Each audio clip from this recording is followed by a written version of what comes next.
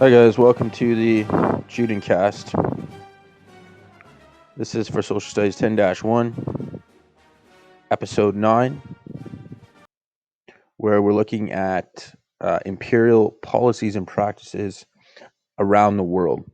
So in this chapter 8, which is part of our historical globalization unit, in this particular chapter, we're looking at policies and practices of imperialist powers. We've looked at, in Canada, what those policies and practices were. We looked at how it eventually leads to confederation, and today we're going to look at some places outside of Canada. And there's countless examples we could look at of imperialism, because European imperialism um, was far-reaching. It on every single continent outside of I mean Antarctica, I guess, experienced some level of European imperialism. But there's two cases we're going to look at, and they are India and Africa. And we'll just do a relatively brief look at them. So let's get started. First case study is India. So the British had a long history of contact with India. British imperialists in India established the British East India Company in 1600. So as early as 1600, the British are establishing trade connections, trade links with India. Now, you may recall from earlier on when we were talking about cultural contact that establishing contact with India and China were the initial motivations to explore westward through the Atlantic Ocean. The Europeans hoped they could find quicker routes to India and China because trade was so lucrative. Well, they figure they find a new world in 1492, but that doesn't limit their desire to establish connections with India. And the British East India Company, very similar to the Hudson's Bay Company that we discussed earlier, is a mercantilist company set up by the government, given a monopoly, and its ultimate goal is to acquire trade goods, material, etc., turn a profit, ship a good chunk of that profit back to the British monarch. So the company exercised control over a land and people largely unknown to the British, right? I mean, this is the other place of the world of different culture, different language, different ethnicity, different religion, totally different.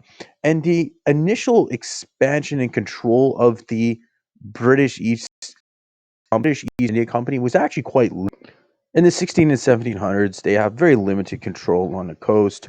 However, by the middle of the 1800s, the British had gained direct or indirect control over almost all of India. So by the 1800s, pretty much all of India is under some sort of control of the British, whether it's a direct colonial control or they had a number of Indian client states that were under their sphere of influence and essentially becoming protectorates. Whatever the case, pretty much all of India was under control of the British by the middle of the 1800s. And India would not gain independence until 1947. And India is a very important part of the British Empire. It brought in a substantial amount of wealth to the British Empire. It was, in many ways, the jewel of the British Empire. So around the turn of the 20th century, so we're talking early 1900s, the issue of British colonization in India was confronted by a pacifist leader known as Mahatma Gandhi. Gandhi becomes symbol of Indian independence, leader of the anti-imperial, anti-colonial movement that's starting to develop in India that wants freedom for India from the British. Gandhi believed that the imposition of British culture on Indian citizens was unjust. And he spent his life working to gain independence for India through peaceful means. And that's actually what makes him a very interesting character, is that the means in which he fought for Indian independence were peaceful. He didn't advocate violence in order to achieve for a new Indian. Quote from Gandhi, where he says, "We hold the civilization that you, the British colonists, support to be the reverse of civilization. We consider our civilization to be far superior to yours. If you realize this truth, it will be to your advantage. And if you do not, according to your own proverb, when in Rome, do as the Romans do, you should only live in your country in the same manner as we do. We consider your schools and courts to be useless. We want our own ancient schools and courts to be restored. The common language of India is not English, but Hindi. You should therefore learn it. We can hold communication with you only in our national language. So by the early 1900s, there is an anti British imperial movement developing in India. Eventually, it experiences success. India gains independence in 1947, although not exactly what Gandhi wanted, because if you know anything about this part of history, the the independence of India eventually leads to the breakup of India, because India breaks up into two states. You have India, which is primarily a Hindu country, although it has large amounts of Sikhs and Muslims. And it also leads to the development of Pakistan, which is uh, a Muslim majority part of India. So uh, this is a success for Indian anti-colonialists, and you see this in the 1940s, 50s, 60s, 70s, 80s, all throughout the world. That there's movements against former imperial powers, and it's a period of decolonization. But the independence of India was an important one to start that out. And there's a video here embedded in chapter 8. This is on what British rule was like in India and the movement towards independence. It's worth checking out. So the last topic I'm going to talk about is the scramble for Africa. So Africa was actually one of the last parts of the world to be fully colonized by the Europeans. They Africa really wasn't colonized in its entirety, anyways, until the late 1800s. And by the late 1800s, it's pretty much entirely colonized by Europeans. So if you take a look at the map on this right here, this shows you zones of control of Africa, and there's really only two independent areas. Independent here is in purple, Ethiopia and Liberia. The rest of Africa would be colonized by European powers. And it just shows you the flags here. Here's the two independent states, Liberia, Ethiopia. The rest of Africa is colonized by Britain, France, Italy, Belgium, Germany, Portugal, Spain. So the scramble for Africa starts at a conference known as the Berlin Conference. It's called the Berlin Conference because it's held in Berlin, Germany. So to prevent wars between the European powers, because as the imperial powers are competing to expand their control over Africa, there's certainly the threat of war.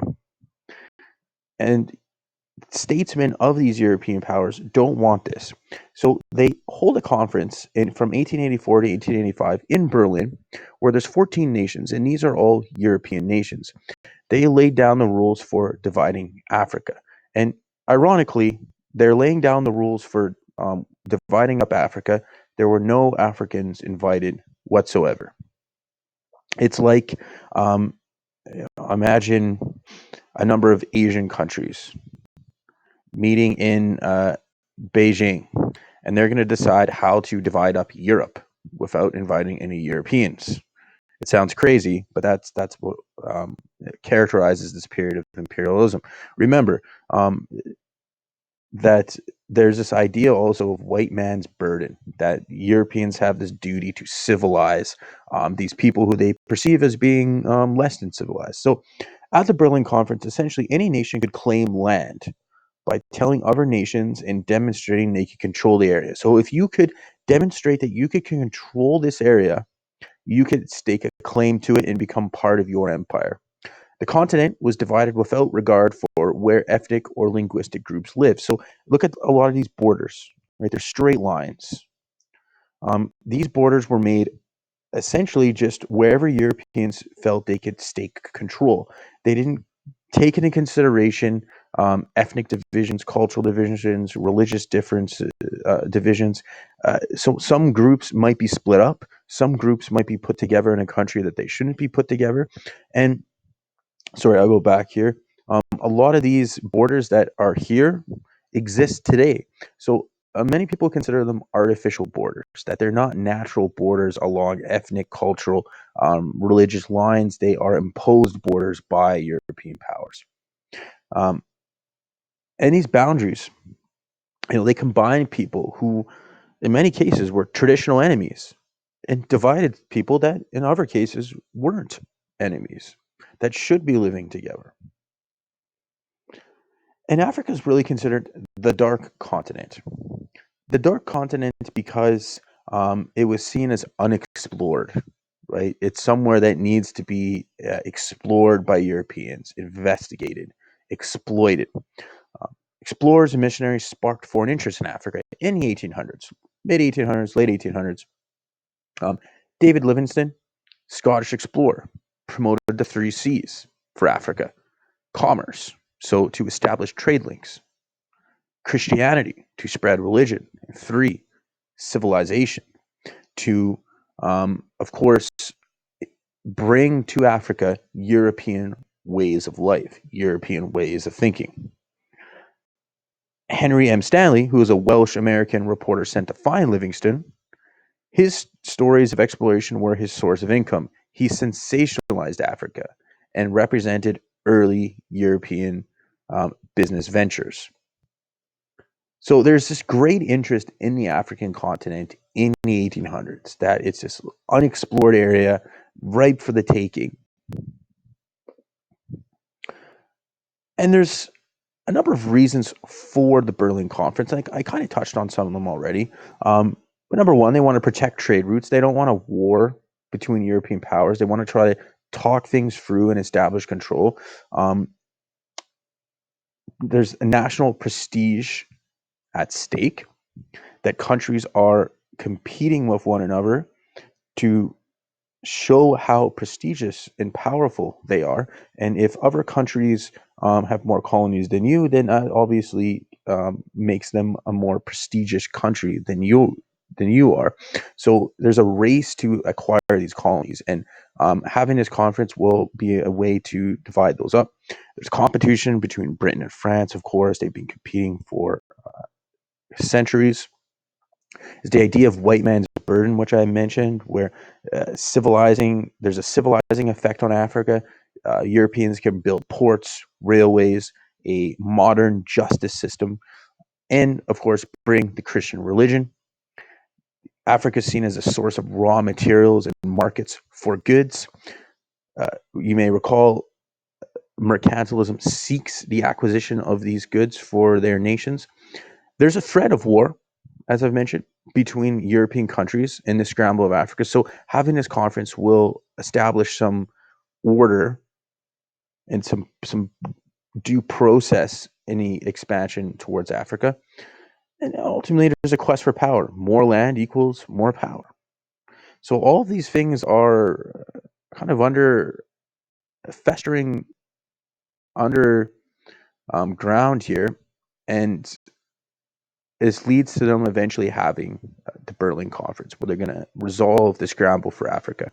So what effect does it have on Africa? Well, it divides Africa without any respect for tribal boundaries. It plundered the African colonies without building up the infrastructure. The Europeans essentially showed up, took the resources, and didn't invest much in return. So they're there to get the raw materials, the resources, the wealth, and ship that wealth out of Africa over to Europe. They're not concerned about really building up infrastructure too much. I mean, they did, but not to a great extent, not to the same extent in which they took out wealth. This leads to disputes between tribal groups because, in many cases, there's groups of people that are thrown into the same country that perhaps shouldn't be in the same country.